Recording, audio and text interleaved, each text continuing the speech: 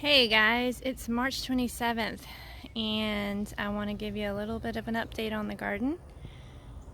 Things are growing and we found something that we're going to have to battle and treat, and really did do a number on some of our tomato roots. Over here where the trellis is empty, I removed the tomatoes because I pulled one of them and realized that the roots were looking really bad. I'll show them to you here in a second, but they were indicative of nematodes, and they really did gnarl up the roots. As you can see over here, possibly this tomato here isn't the healthiest, but it is producing. We suspect that that is root knot nematode issues as well. And so eventually, when this is done for the season, we will be treating this row and probably that row over there as well, because these tomatoes, while they're kind of pretty, they're producing, they're not doing as well as they should be. It may explain some of, or a lot of, the brown leaves. But these on the back row actually do look much better, much healthier. So I doubt that we have the issue of the nematodes so much in that row. But on these three, we are pretty sure that we do on all of them. I have broccoli here, which I doubt that it's cool enough for those to actually make it to maturity right now. We had some late starts, and then I bought some from the store just to see what they would do.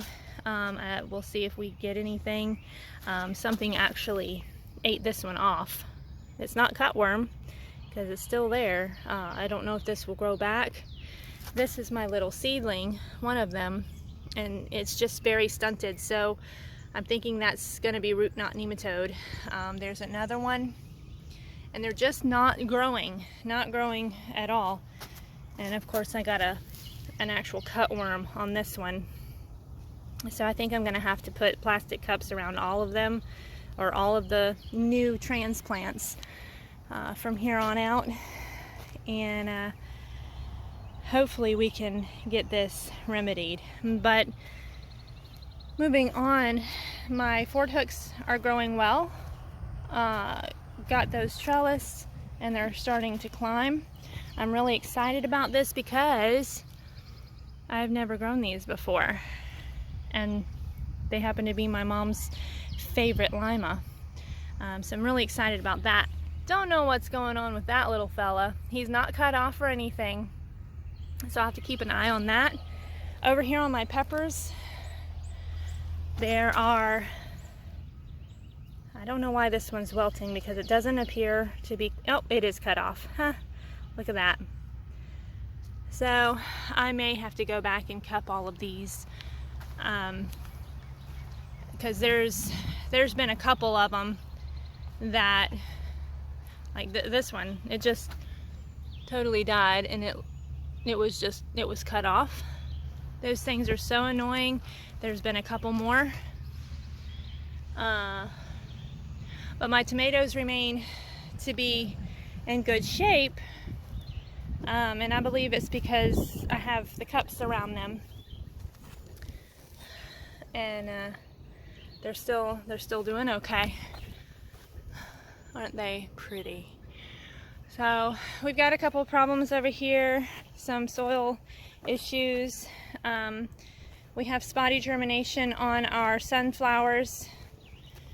See, this whole area is not doing well. Corey had put down some sulfur for an amendment, and I guess it's not worked totally out of the soil enough for these things to germinate. So I'm going to try to patch these in again, reseed some of these, and hopefully they'll work. But over here, our squash and zucchini are doing remarkably well. They're coming along. Yesterday we seeded peaches and cream sweet corn in this row and that row, and then in a couple weeks we will seed the peaches and cream in this row and this row, so that we'll have 4 rows altogether of sweet corn, a couple weeks apart, so that they're not all coming in all at the same time. We're doing 2 rows per lane, so it would be 2, 4, 6, 8, basically 8 lengths of corn. We decided to go ahead and leave these volunteer squashes in the lanes until we can't anymore. They're already producing and they're gorgeous, and that's really cool, really cool. Over here, our pole beans are doing well, very well. Look at them just sprawling out like that. They've continued to get darker as they've grown. And again, with the sulfur, these over here aren't doing as well, but they are growing. They are putting on some tendrils. These are the ones that I started in the grow room because I knew that I had lost some in here that didn't germinate. And so those are growing just a little bit differently than the ones that were directly sown. These down here are doing really well. I don't have any notable flowers on here yet, but it looks like they're getting ready to flower. And these here are volunteer tomato plants. I'm sure they're a determinate variety. Look at how thick those stems are. But they're volunteer. We had determinate tomatoes planted over here last season. And now for the okra, I've had to reseed some of these because, as you can see, there's nothing here. Again, sulfur issue that needed to be amended. And the areas that didn't need sulfur and I planted, the seedlings are doing much better. So I may have to reseed again, but there's no guarantee that they're gonna sprout. Now over here on the 12th row, I planted sorrel, Jamaican sorrel, or also known as roselle. And if I come down here a little ways, it looks like it's coming up right there, and right there, and right there, and so forth. So I'm really happy to see those coming up. My carrots and beets that I sowed in this row did not ever germinate, did not ever make it. So I'm excited to see the roselle coming in this row, and hopefully it will be consistent down the row. Now my onions are still doing really well. I may have to take some of them early. I looked back at my notes and realized that they're not supposed to be harvested until May, but as you can see here, some of them are already falling over, and that is a sign that they're ready to be harvested, and that's pretty big, and I definitely don't want it to rot. So I'll probably take a couple of these sooner rather than later. Look at that red Creole, isn't that pretty? See, some of them are falling over, and I may have miscalculated, but of course those are general estimates anyway. So, but these are Texas Legend, the ones that are falling over, and they're by far the biggest onions. So I'll probably be pulling a few of those. And over here, my eggplant are standing up. They're getting well established. As you can see, Corey put in the water sprinkler system on this side, so we're no longer using these watering lines over here. But they're looking really good, really good. I'm happy about that. Cutworm got one over here, and then I don't know, they got a couple of them. Now, see, this one's not doing very well.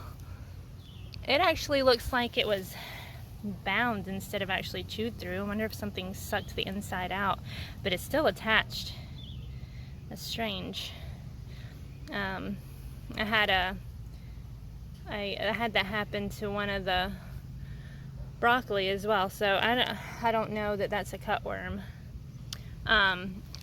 Over here I've got some cabbages still coming through, still working on it. Oh, I don't know why all those kind of fell down, but it's still trying to make a head. And then a couple more down here, and then once these are done, I'll fill this row in with something else. Again, an experiment. I've got celery here, and it's the end of March. It's going to be too hot for them, but hey, I've never grown celery, so I thought, hey, let's see what it does. I've reseeded these bush beans in here because this is where the strawberries were, so they'll be a little bit more behind those up there and these down here. They're already flowering.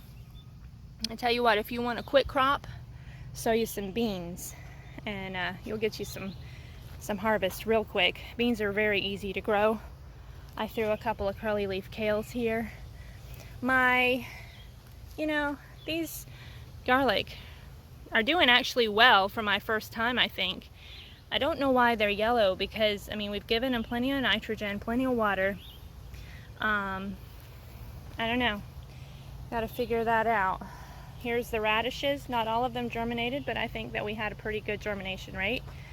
So that's not bad. I'm not totally unsatisfied with that. It's a mixture of like two different radishes. I want to say that one is, well, I'm not going to say what they are. I'll just put them on here when I verify. And I love these flowers. They've made it through the winter and they've come back. They look like they died, but they came back. But I love little splashes of color in the garden. That's beautiful. And my basils are kicking. They're doing really well, sweet basils. I'm about to plant some more seeds of different kinds of basil, and I'll show you that as well.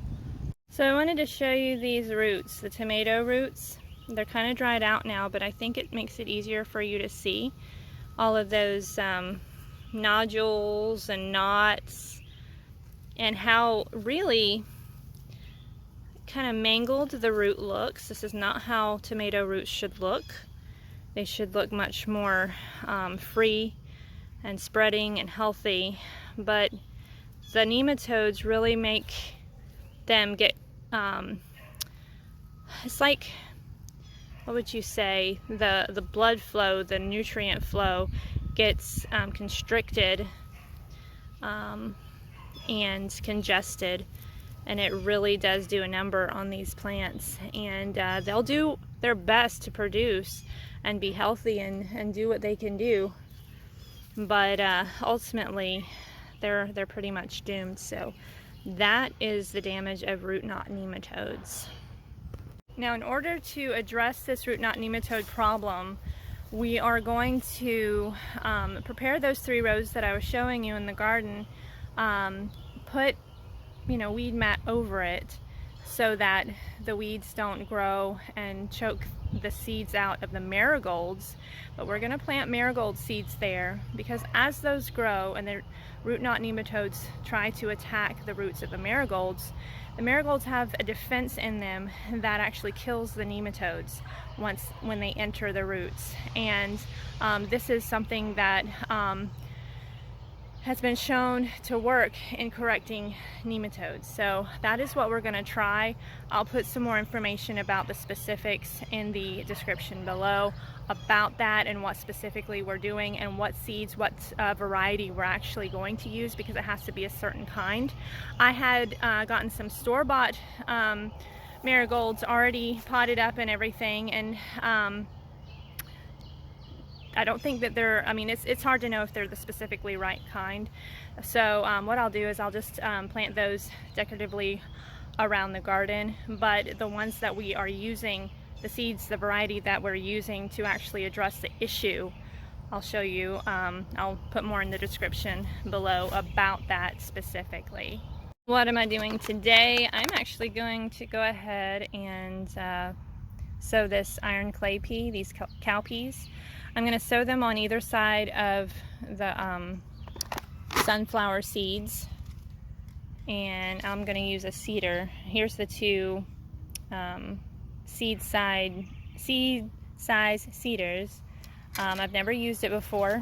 Corey showed me how to do that yesterday, so I will experiment with that.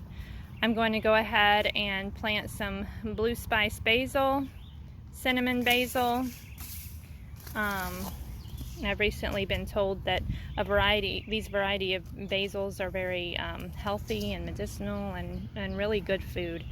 Lettuce leaf basil, Thai sweet.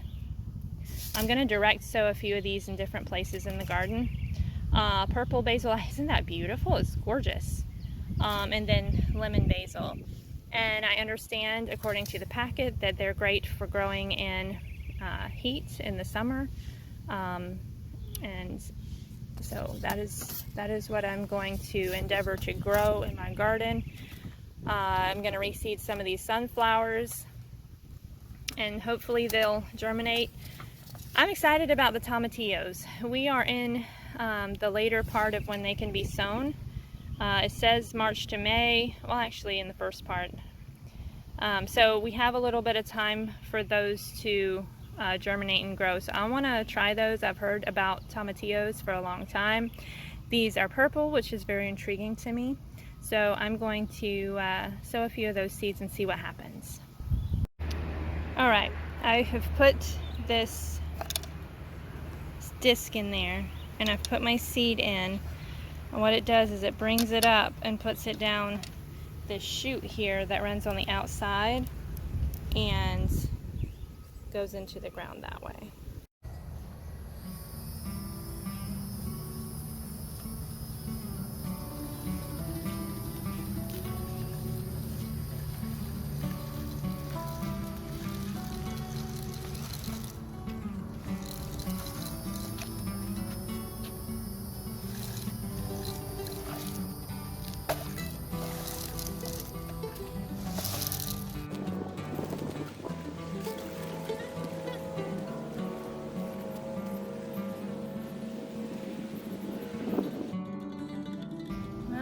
Did the trench, and you can see some of the beans there in between.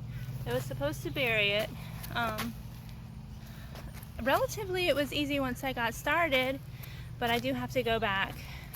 See, this went a little thick here because the holes were kind of big, but once I got started it was actually pretty decent using that. So I'll just have to go back and bury it all. Alright, I planted some tomatillos here along this vacant area of the fence on the east side. The west side of the east side of the garden is where we have our nematode issues. Hopefully it won't spread down here, so I put those there. I put in this little spot some blue spice basil, and over here I put the Thai sweet basil, and I've just dotted the basil along the garden in different areas. This one is the lettuce leaf basil in this little area here at the head of the row of eggplant, and then down here I just put some purple basil at the end of the row, since that one died anyway, so I figured I'd plug it. And then at the end of the okra row I have some cinnamon basil planted. All I did was just kind of pull the soil back a little bit and then put the seeds in, and then I just picked up a clump of soil and just dusted over it and then patted it, because they're tiny seeds and I really want them to survive. I did not put them in my herb garden, although I will maybe try, because I don't get the herb garden watered as often as the garden gets watered, and that's extremely important for germination, and so I want them to survive.